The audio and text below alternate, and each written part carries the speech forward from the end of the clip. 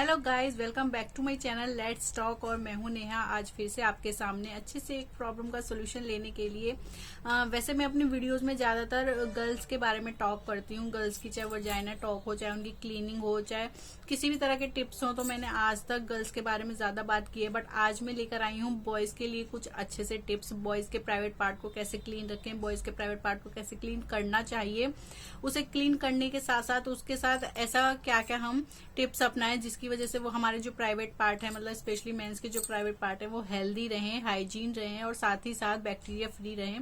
तो आज मैं मेंस के जो प्राइवेट पार्ट है, मेंस के जो प्राइवेट पार्ट की हाइजीन है, उसे कैसे मेंटेन रखें, उसके ऊपर वीडियो लेकर आई हूँ। तो अगर आप मेरे चैनल पर नए हैं तो प्लीज चैनल को सब्सक्राइब जरूर कीजिए, साथ ही साथ लाइक शेयर कमेंट करना ना भूलें।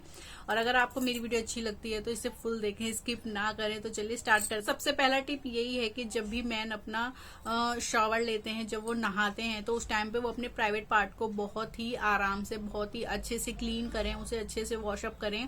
ऐसा नहीं है कि प्राइवेट पार्ट है कि बस ऐसे ही नहा लिए, तो क्योंकि वहां पर आपका जो प्राइवेट पार्ट होता है वो पूरे दिन ही बंद रहता है, वहां पसीना बहुत ज्यादा आता है। तो पसीने की वजह से वहां बैक्टीरिया, फंगस, किसी भी तरह का इन्फेक्शन जो होता है उसके जो चांसेस होते हैं वो बहुत ज्यादा बढ़ जाते हैं। तो उसे क्लीन करना भी आपकी ही जिम्मेदारी है। तो जब भी आप नहाए अपने प्राइवेट पार्ट को अच्छे से क्लीन करें, साथ ही साथ उसे सिर्फ ऐसे ही रब करके ना पोंछे, उसे अच्छे से पैड ड्राई करें। मतलब आपको लगे कि आपने नॉर्मली पहुंच लिया है तो नहीं, क्योंकि थोड़ा बहुत भी पानी रह जाता है तो बाद में अंडरगारमेंट के साथ बैक्टीरिया या पसीना के साथ मिलकर जो है इन्फेक्शन का कारण बन सकता है। तो आप जब उसे अच्छे से सुखा लें, अच्छे से पैड ड्राई करें, उसके बाद ही अपने कपड़ों को पहने, उससे पहले उसे नहीं पहने। मतलब वहां का जो हाइजीन मेंटेन करना है वो आपके हाथ में ही है।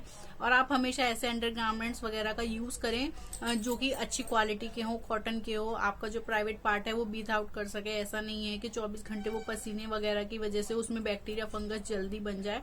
तो अंडरगारमेंट्स का भी बहुत ही जरूरी हिस्सा होता है मेंस के प्राइवेट पार्ट। जो प्राइवेट पार्ट होता है उसे हमेशा उन्हें शेव करके रहना चाहिए। जैसे कि लेडीज की वजाइना पार्ट के बारे में बात की जाती है, तो मेंस का जो पेनिस पार्ट होता है या नीचे का जो पार्ट होता है उसे हमेशा अच्छे से आराम से शेव करके रहना चाहिए। शेविंग करने से क्या होता है, आपका जो प्राइवेट पार्ट है मेंस का, वो बैक्टीरिया फ्री रहता है, किसी भी तरह का फंगस इन्फेक्शन का खतरा नहीं होता है। क्योंकि वहां पर अगर शेविंग रहेगी तो पसीना वगैरह आता है, बट वो इतना ज्यादा नहीं हो जाता कि वो बाल वगैरह में मिल जाए या उसकी वजह से बहुत ही मेस आउट हो जाए, जिसकी वजह से बैक्टीरिया, फंगस इन्फेक्शन नॉर्मल है कि आपको हो ही सकते हैं। तो आपको अच्छे से शेव करके रखना चाहिए अपने प्राइवेट पार्ट के आसपास या प्राइवेट पार्ट पर।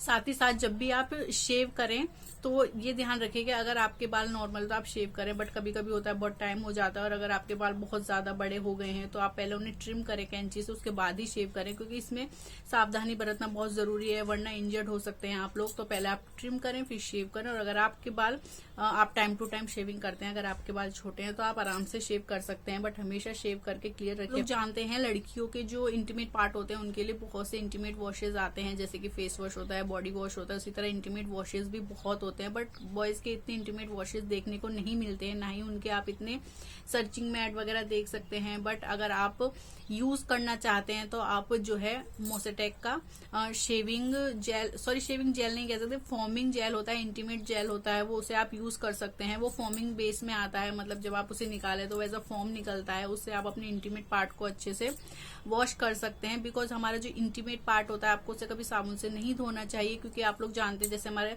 स्किन है, हमारा फेस है, बॉडी है, सबका पीएच लेवल अलग होता है। तो हम फेस के लिए फेस वॉश यूज करते हैं, बॉडी के लिए बॉडी वॉश यूज करते हैं। उसी तरह में इंटीमेट पार्ट जो होते हैं हमारे प्राइवेट पार्ट, उनके लिए इंटीमेट वॉश यूज करना चाहिए, क्योंकि हमारे जो प्राइवेट पार्ट होते हैं उनका पीएच 4 होता है, जबकि हमारी बॉडी वगैरह का जो पीएच है वो 7 होता है। तो उन दोनों में बहुत फर्क होता है। आप कभी भी अपने प्राइवेट पार्ट को साबुन से क्लीन नहीं कीजिए। और अगर आप कोई भी अच्छा फॉर्मिंग फेस वॉश वगैरह, इंटीमेट वॉश वगैरह, अगर आपको वी वॉश नहीं यूज कर पा रहे हैं आप, तो आप नॉर्मल गुनगुने पानी से उसे अच्छे से वॉश कर सकते हैं। बट कभी भी साबुन वगैरह आप अपने इंटीमेट एरिया पर अप्लाई नहीं कर सकते हैं, क्योंकि इंटीमेट वॉश करने से बहुत ही फायदे होते हैं। आपको इचिंग नहीं होगी, आपको स्मेल नहीं आएगी आपके प्राइवेट पार्ट से, जिससे कि बैक्टीरिया वगैरह की वजह से, फंगस की वजह से स्मेल आती है, कोई भी मिस आउट नहीं होगा।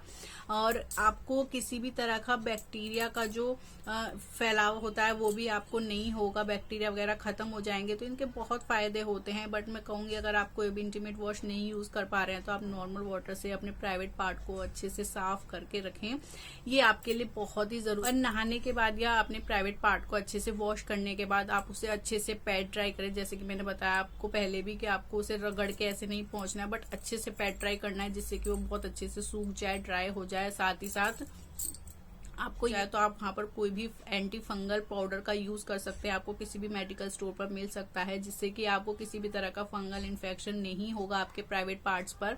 तो कोशिश कीजिए आप अच्छे से वॉश करके, अपने वॉश करने के बाद अच्छे से पैड ड्राई करके आप उस पर कोई भी फंगल पाउडर अच्छा सा यूज कर सकते हैं, जिससे कि आपको किसी भी तरह की बीमारी का या किसी भी तरह की प्रॉब्लम्स का आगे सामना ना करना पड़े।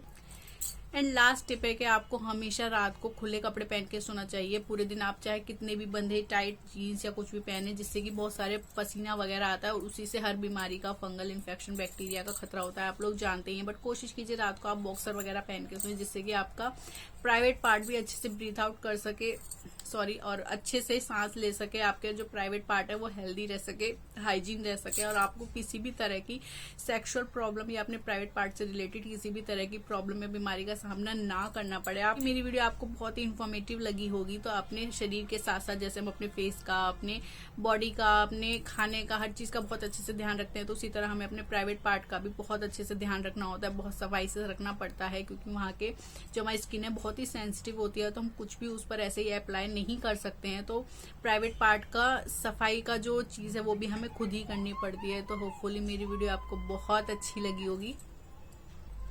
तो और भी अगर आप किसी भी प्रॉब्लम का सोल्यूशन मुझसे जानना चाहते हैं, किसी भी तरह का क्वेश्चन है आपके मन में, या आप किसी भी तरह की ऐसी उलझन है आपके मन में कि आप मुझसे शेयर कर सकते हैं, तो प्लीज कमेंट मी। और साथ ही साथ मैं अपनी मेल आईडी भी डिस्क्रिप्शन बॉक्स में मेंशन कर दूंगी, आप मुझे मेल भी कर सकते हैं। तो चलिए मिलती हूँ आपसे नेक्स्ट वीडियो में। ये वीडियो मैं करती हूँ यहीं खत्म। होपफुली आप लोगों को बहुत अच्छी लगी होगी। ज्यादा से ज्यादा शेयर कीजिए, लोगों तक इन्फॉर्मेशन स्प्रेड कीजिए। अभी के लिए मैं चलती हूँ, तब तक के लिए बाय।